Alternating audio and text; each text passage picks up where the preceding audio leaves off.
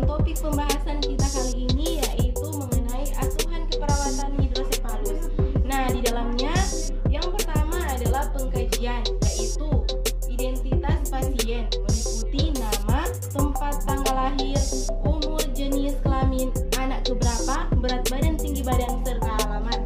Dan yang berikutnya adalah keluhan utama, hal yang sering menjadi alasan klien untuk meminta pertolongan kesehatan bergantung seberapa jauh dampak dari hidrosefalus pada peningkatan tekanan intrakranial, meliputi muntah, gelisah, nyeri kepala, alergi, lelah apatis, penglihatan ganda, serta perubahan pupil dan kontraksi penglihatan perifer. Dan yang ketiga adalah riwayat keselamatan masa lalu, yaitu di dalamnya adalah riwayat kesehatan sekarang. Adanya riwayat infeksi, biasanya riwayat infeksi pada selaput otak dan meninges. Sebelumnya, pengkajian yang dapat meliputi seorang anak mengalami pembesaran pada kepala. Nah, di sini juga ada riwayat penyakit dahulu. Pengkajian yang perlu ditanyakan meliputi adanya riwayat hidrosefalus sebelumnya, riwayat adanya neoplasma otak, kelainan bawaan pada otak, dan riwayat infeksi. Oke, berikutnya adalah pengkajian psikososio-spiritual. Nah, dalam pengkajian ini adalah mekanisme coping yang digunakan klien dan keluarga atau orang tua untuk menilai respon terhadap penyakit yang diderita dan perubahan peran dalam keluarga dan masyarakat, serta respon atau pengaruhnya dalam kehidupan sehari-hari, baik dalam keluarga maupun masyarakat.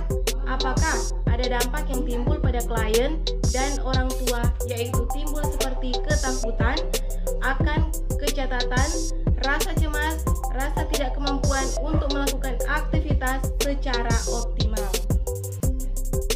Nah, guys, kita masuk dalam pemeriksaan fisik. Di dalamnya adalah pemeriksaan fisik menggunakan pemeriksaan fisik secara head to toe. Nah, di dalamnya juga ada pengkajian tingkat kesadaran, yaitu gejala khas pada hidrosefalus. Tahap lanjut adalah adanya demensia.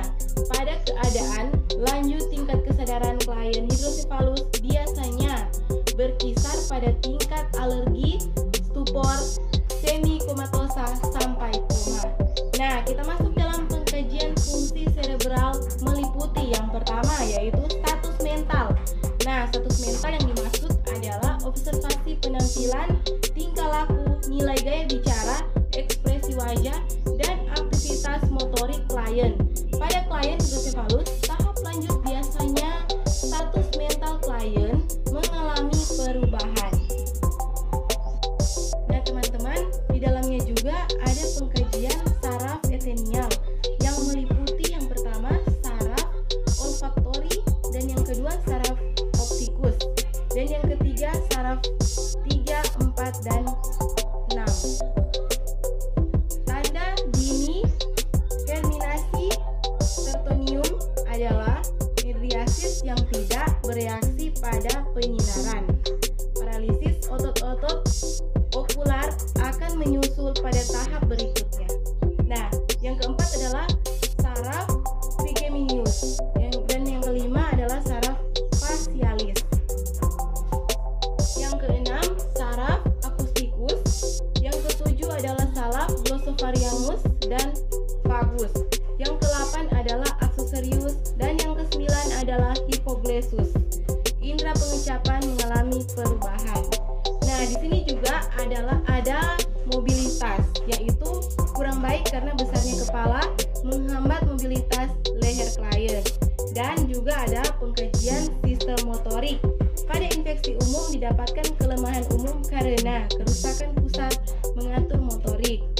Nah, di dalamnya juga ada beberapa otot, yaitu tonus otot, kekuatan otot, keseimbangan, dan koordinasi. Nah, baiklah teman-teman, di sini kita masuk dalam diagnosa keperawatan.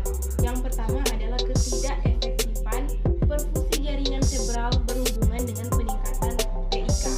Dan yang kedua adalah gangguan nutrisi kurang dari kebutuhan tubuh berbanding dengan perubahan kemampuan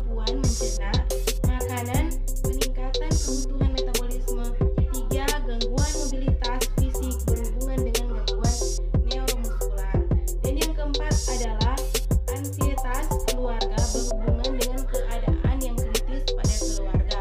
Yang kelima adalah resiko kerusakan integritas kulit berhubungan dengan imobilitas tidak adekuatnya. Keenam, resiko infeksi berhubungan dengan penumpukan cairan di otak cerebral.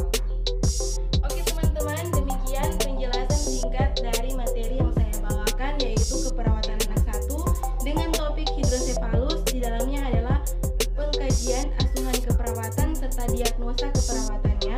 Mohon